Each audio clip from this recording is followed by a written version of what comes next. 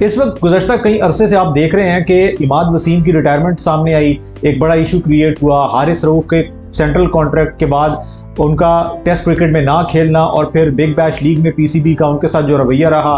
तो फ्यूचर में क्या होने जा रहा है, ये ऐसे सिलसिले हमें क्यों देखने में मिल रहे हैं। आज की इस वीडियो पे मैं थोड़ी सी बात करना चाहूँगा। देखिए, सबसे पहले तो एक चीज़ बड़ी क्लियर होनी चाहिए, सेंट्रल कॉन्ट्रैक्ट का जो खिलाड़ी होता है, जो एक मुआहदा करता है किसी भी बोर्ड के साथ, वो इसी चीज़ का पाबंद होता है कि जब भी नेशनल ड्यूटी होगी आप उसके लिए हमेशा अवेलेबल होंगे। अब दौर चेंज हो चुका है। एक चीज़ की बुनियाद मोहम्मद आमिर और जो वहाब रियाज ने खुद रखी थी कि टेस्ट क्रिकेट में वो एक दफ़ा साइड पर हुए और उन्होंने कहा जी बॉडी पे वर्कलोड है, फलां है, और वहाँ से एक टोन मिल गई, लोगों को बात करने का मौका मिल गया, प्लेयर्स को बात करने का मौका मिल गया, जवाब मिल गया कि भाई बड़ा आसान है, आप ये कह दो कि यार मैं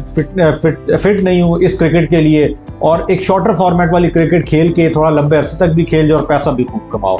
एक बड़ी सिंपल सी आपको मैं बात बताना चाहूँगा। देखिए, एंड ऑफ द डे ना, जितना मर्जी आप कह लें कि पाकिस्तान से मोहब्बत है और पाकिस्तान से मैं खेलना चाहता हूँ, ये उस लेवल तक ही होता है जब तक आप टीम के अंदर जो है नहीं खेल रहे होते। ठीक है, ग्रोइंग स्टेज पे गुजर रहे होते हैं, एक स्ट्रगल फेज में गुजर रहे होते हैं, टीम में जगह बनाने के लिए मेहनत कर रहे होते हैं। जब टीम में परमानेंट जगह बन जाती है और आपके लिए ऑप्शंस खुल जाते हैं लीग्स के अंदर, तो भाई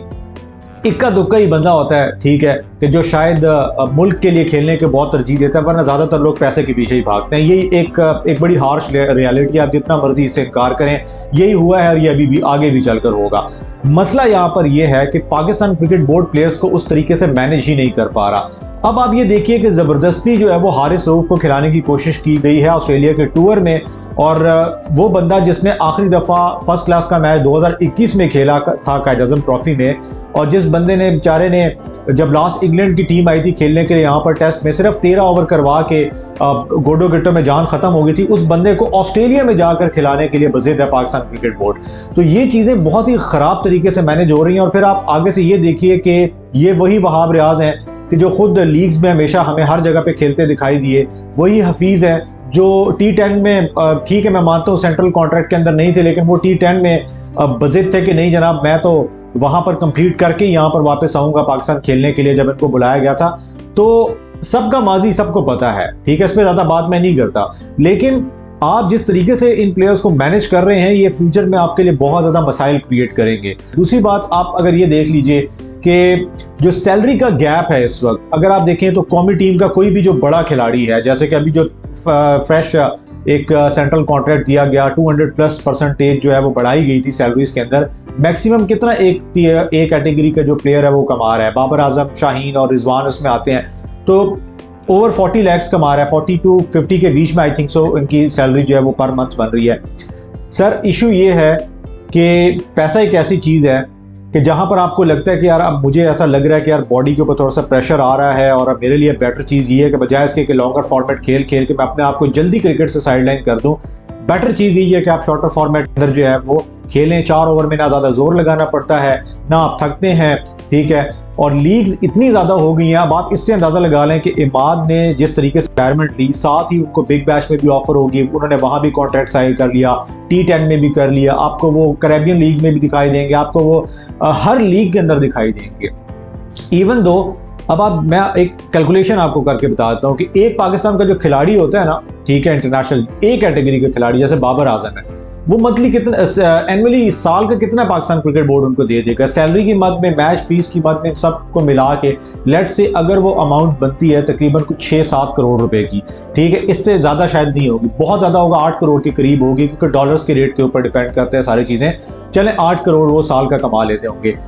सर, सिर्फ एक PSL का अगर मैं आपको बता दूं ना, उसमें अभी रिसेंटली आपको पता होगा नसीम शाह जो है वो इस्लामाबाद यूनाइटेड से 4 करोड़ रुपए का वो उनका एक कॉन्ट्रैक्ट होगा, एक सिर्फ PSL का।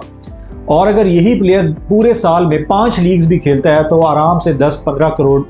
इतने आराम से कमा सकता है,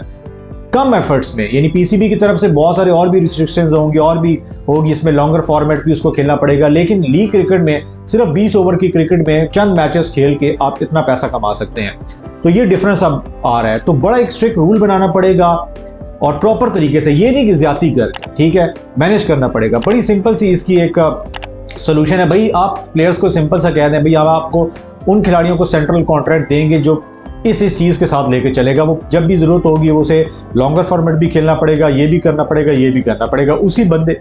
को सेंट्रल कॉन्ट्रैक्ट में अच्छी कैटेगरी दी जाएगी। सो ये चीज़ें हैं जो रेक्टिफाई करने की ज़रूरत है, इनको हल करने की ज़रूरत है, वरना आपको नियर फ्यूचर के अंदर पाकिस्तान क्रिकेट के बड़े बड़े नाम जो है वो क्रिकेट से साइड पर होते दिखाई देंगे। और मैं आपको लिख के देता हूँ कि अगर हारिस रऊफ जो है उनके साथ या किसी और अच्छे खिलाड़ी के साथ जिनकी लीग्स में डिमांड बहुत है, ज़्यादा थोड़ा सा भी पाकिस्तान क्रिकेट बोर्ड ने ऊंच नीच की, तो आप देखिएगा आपको और बहुत सारी रिटायरमेंट नियर फ्यूचर दिखाई देंगी। अल्लाह करे कि ऐसा ना हो। अगर आपको हमारी वीडियोस पसंद आई है, उस पर कुछ कमेंट करना चाहते हैं तो नीचे ज़रूर कमेंट्स में आप बताइए आप क्या रीज़न समझते हैं, और चैनल को सब्सक्राइब कीजिए, बेल आइकन को प्रेस कीजिए।